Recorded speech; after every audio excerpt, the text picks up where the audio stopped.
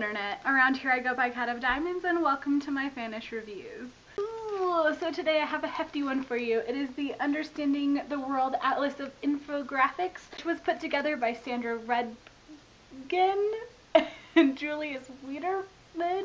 It is so big, I don't want to just sit here and hold it up the whole time, so I'm actually going to film this bad boy in voiceover form.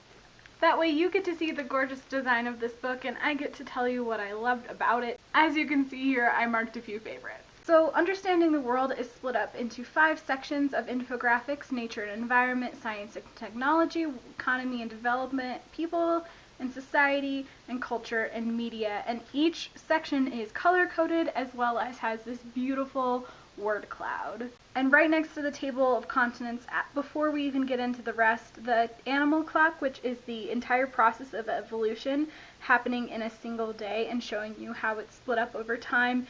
It was designed in 1954. I just find it so cool. Also shown on this page, it gives you a hint on how widely used this book can be, as it has English text, French text, and German text. Just the overall design of this book is just gorgeous and inspirational in itself. Each section being color-coded, the word cloud introducing each section, and of course the 3 different languages, allowing for education in English, French, and German. It's just so cool. There's over 280 infographics in this, and so I want to pull out my favorite 2 to 4 infographics per section and just share them with you. The first one in nature and environment that I want to share is the graphic of the universe that just shows the scale of the universe. It just tries to explain the scale of the universe without blowing your mind, except for it still blows your mind. It's so awesome. Another gorgeous graph is the inset tree of life. Not only does it show the amazing diversity of life since, life happened, but it's also the first inset that shows you just how big some of these graphs are. It's also the first fold-out graph that really shows you how important the reader's understanding was to the designers of this book. Another one I found beautiful was the National Geographic World of Rivers. It just shows you how important water is in each region that people live in. A really fun one is the Tracking Carbon Emissions graph that has the emissions put out in the form of footprints. The first one I flagged in the science and technology section. I could not make this video without sharing the gorgeous history of Apple graphic that just breaks down, color-coded, the entire history of Apple technology. Well, at least up until 2013, but it is so gorgeous. Another graphic inset that I just found too gorgeous to not share was the Space Missions Overview, Cosmic Journeys, documented in the amount and in colors, and just so great. Spaceman, space. Another gorgeous science and technology infographic would be the evolution of the web. This graph I find so beautiful and so relatable, seeing as I've been alive longer with the use of the internet than without. Going along with the fact that the internet is so important to me, I love this 2012 graphic of the Internet of Things. While it was designed by the company of Intel, it projects forth their ambition and what the future of technology and the internet looks like with 4 billion people using it. I learned so much from the economy and development section.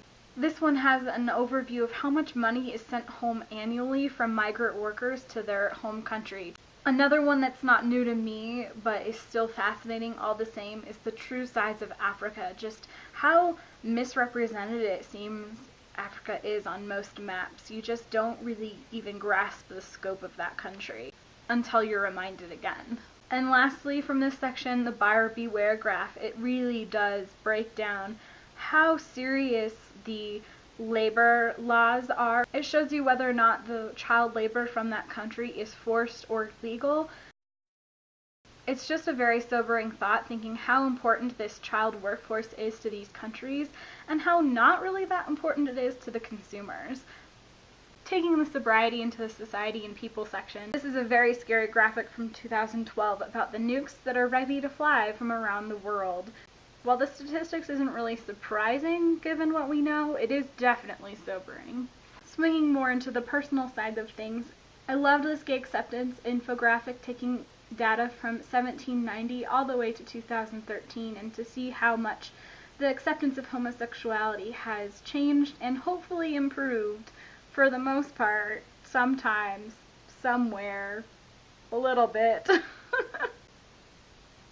And of course showing there is so much room for improvement. And here's one of the more humorous ones that I couldn't help to share. How to take control of a falling jet. I love that it ends with, prepare for the meteors to swarm all over you when you walk into the terminal, and also, disclaimer, this is a simplified overview of the complicated landing procedure. Think hard before you volunteer. And of course, this Death of the Titanic graphic pulled from the National Geographic is just heartbreakingly beautiful. Colors and Cultures is so beautiful and interesting and a great introduction to my favorite section, Culture and Media.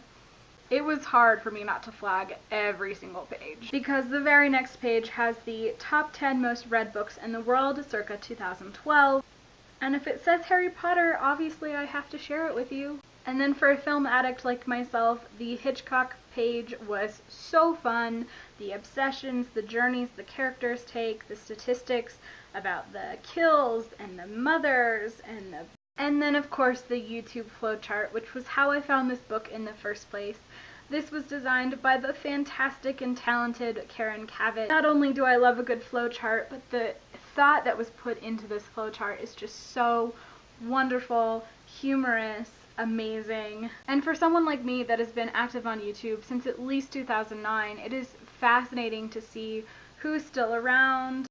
And it's also interesting to think that some people who are reading this book who aren't into YouTube might go find some of these channels, and then we'll discover if they're even still active or not. But it also might spark their own passion for YouTube as well. Very cool.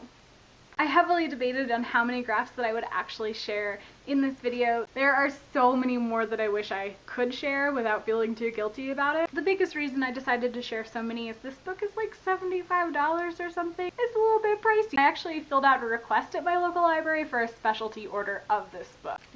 The shelfability of this book is, of course, buy. Buy if you have the money to spend on it, because it is gorgeous and I would love to own my own copy. I'm so happy that my library decided that there was value in this book as well, and they ordered it. This is definitely one of those books that I hope that everyone takes the opportunity to look through sooner rather than later, though, so that you can come back and talk to me in the comments about it. Share with me your favorite graphs and just fangirl over charts with me. If you can't afford to purchase this book, I cannot express how much I hope that you go to your library and try to find it or have them special order it, because it is so great. I'm so happy and proud that they curated Karen's flowchart of YouTube into this book, and so I had the opportunity to even know that it exists, and I'm hoping that I can extend that opportunity to you. This book exists. Go get it. And I could continue gushing about it so much, so let's just put it aside.